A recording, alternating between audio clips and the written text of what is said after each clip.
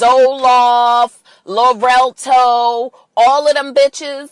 Them shits got the side effects for your ass, nigga. Okay? And if you are someone who drinks or dabbles in other drugs, I can't help but to believe that if you are in a very weak place mentally, that this can definitely kind of pull the curtains down from the eyes, if you know what I'm saying. And I think you do. I feel really bad for him, and I don't want to throw him away because I don't want to have to talk about Kanye as what a great artist he was. I don't want to have that conversation. And I do believe that the kind of love that Van gave him, because that was love. You know what I mean? What we saw, I think the reason why we loved that moment so much was because Van was like, you know what, brother, I'm going to check you and I'm going to lovingly check you. And yeah, I'm mad, but you know what? That's the way. I think that there is Bill Cosby and there's R. Kelly and then what we're seeing from Kanye West. And I don't want to throw Kanye West away. Now, if you want to, by all means, open up your garbage bin, throw him away, throw the whole man away. What I am saying is I don't agree with the way he's handling things right now. I believe that he's probably uncontrollable at fucking best because he's still Kanye West. I don't believe. If you even look at who do you think is running the Kardashians? Those bitches have all but changed their whole style. I mean, from Scott to Courtney, every last one of them.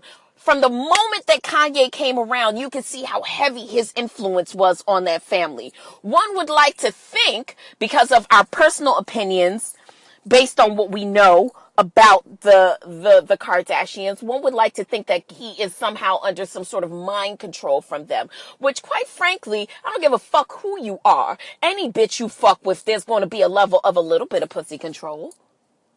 I mean, let's tell the truth and shame the devil. I mean, people always talk about how after you've been with someone for a while, you motherfuckers start to look alike. It don't just happen to the Kardashians, y'all. It happened to the best of us. You know, I think mental instability also happens to the best of us. I think the problem is that we choose to ignore it, or when someone says something that we don't like, we're ready to throw the whole thing away. And this is not, oh, he touched a bunch of little girls. No. This is just a nigga who has a difference of a fucking opinion. And he's got some fucking alternative ass facts. And yes, they are dangerous because unfortunately there are a lot of people who will never come into contact with Kanye, but will be able to hear him and will go outside with the knowledge that he just gave them or lack thereof, and then want to come to a nigga like me and get their whole feelings hurt. Okay? Because if you say some shit to me like slavery was a choice, I might knock you the fuck out. Okay? Okay, because I'm working on my mindfulness. I'm working on my Christianity. Okay? But Cinco de Mayo is holiday time. So, I don't know what to tell you. Okay? Because I know I'm going to have me some tequila. Okay? What I am saying is this. Let's just, for those of you who think that gospel music has gone too far and that we've got too radical with our message, I'm just going to say to you this. Kanye I feel like he needs a therapist. I think that he needs people like Van who are going to continue to challenge his thought process. I think that he has to be more mindful. At one point he said to Van, let's stop yelling because of the way that they're going to look at us. They being white people. Right? That's what I got from that statement. The way they're looking at us. What are they going to think about us because we're yelling at each other? I think that Kanye cares a lot more about what people think. And I think a lot of people give a fuck about what people think. That's why you niggas is out here on the gram and doing all this shit and fronting and not paying your bills and not paying your child support and not doing all of that shit. Because you niggas, just like Kanye, give a fuck about what people think. That's why you didn't pay your bill last month and you bought those shoes. So don't front for the camera like this nigga is out here living this isolated life and he's so crazy and he's so this. That's why you out here fronting with this bitch. Knowing that you don't even like girls. All right, y'all. So one of the things that Kanye and his whole situation made me think about was enlightenment versus empowerment, right? Now, I think that there are steps to enlightenment. You got to honor yourself. You got to come to a place of acceptance, a place of peace. And then you got to move on. One of the things that I will say about what Kanye's whole idea was, because I don't claim to be a whisperer of his, but what I do believe is that in his statement of saying that slavery after a while was a choice, I think he meant the mental system of it after a while was a choice. No longer did Massa have to force. Do you know that there was a point? I mean, if we're going to talk about facts, there was also a point in time where slaves didn't even want to, they were free and they did not want to leave the plantation. They were being fed, they were being clothed. So after a while, he's not wrong in saying after a while it was a choice. Yes, after a while, for those who stayed on the plantation, it was a choice. So enlightenment from that standpoint, he's not lying. I mean, I think that what he is doing, though, is telling the story with a sense of resistance. You could get the sense that he is not enlightened. You know, there is a certain resistance that he has, I think, also towards race. And I think that he is confused about enlightenment versus empowerment. I think that what he has to understand is that those people were not empowered, which is the ability to make informed decisions based on the amount of amassed information that you have. Those people were not informed. They were not empowered enough to be anything but a slave. And what you see now is still the systemic evolution of slavery still. There is a lack of enlightenment on his part because he doesn't understand that the past traumas or the past triggers of slavery still exist today. I think it's funny that people still look at certain things as I don't know. I almost feel like, in a way, I wish that people were enlightened, based off of, I think that as a people at this point, there's enough information out there, right? So we should feel empowered.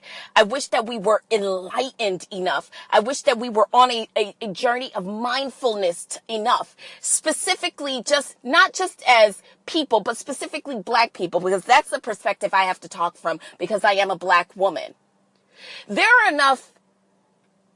is enough money amongst Black people that if we decided that we were going to be our own country, we would be one of the richest countries.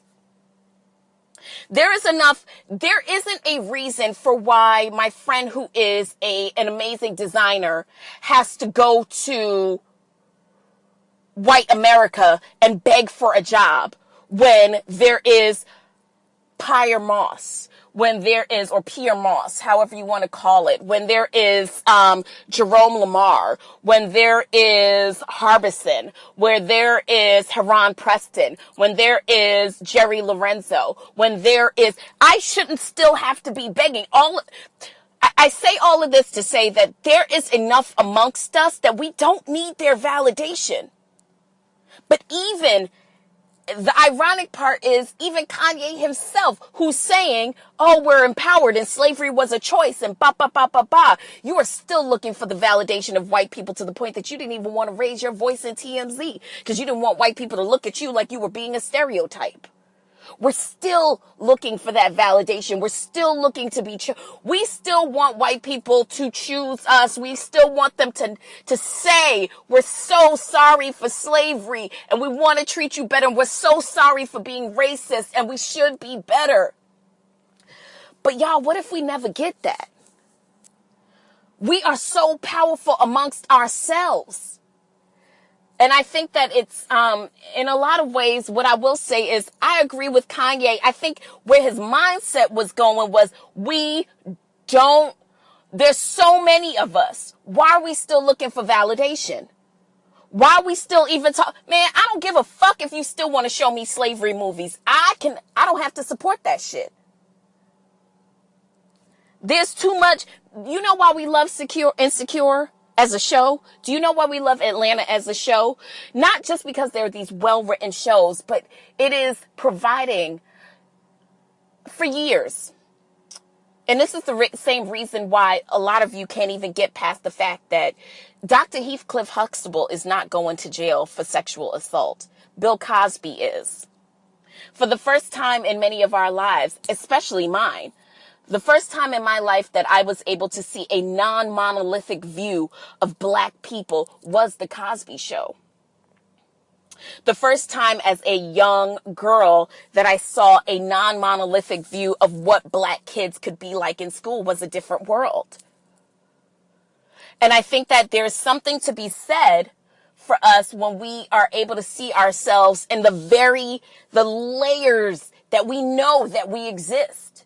We know we exist in these layers. We know.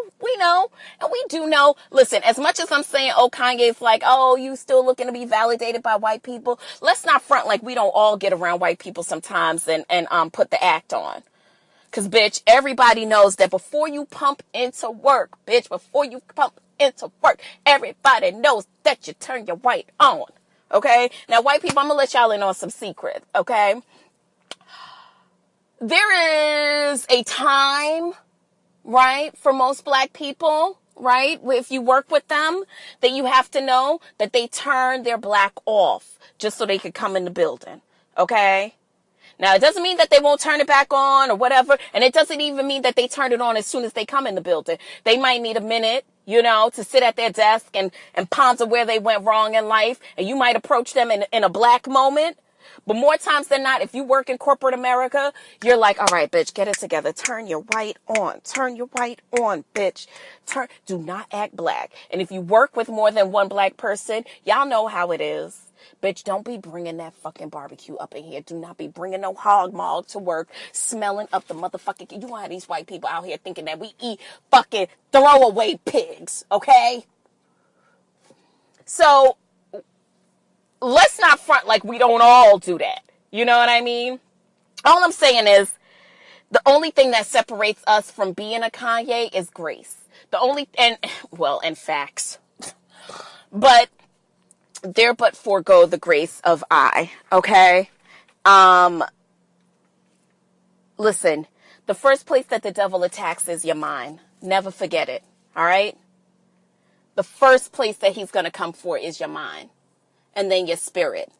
And looking at Kanye, it kind of looks like he might have got both. So stretch your arms out. Pray for this brother.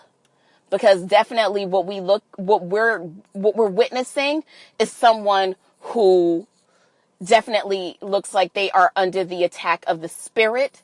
And they are under the attack of the mind. And I don't care who you are. I don't care what you believe. Just know that those two attacks are real. And the more you think that you are not susceptible to that attack, the more you will come under the attack. Okay? So always keep your mind open to the fact that there but for the grace of God go I.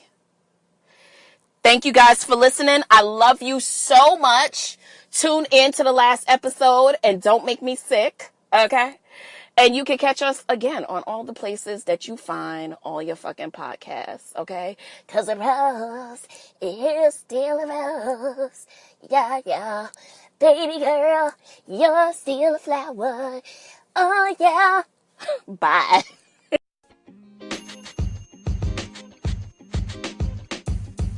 The podcast you just heard was recorded with Anchor. If you want to make your own, download the Android or iOS app completely free from anchor.fm/podcast. That's anchor.fm/podcast.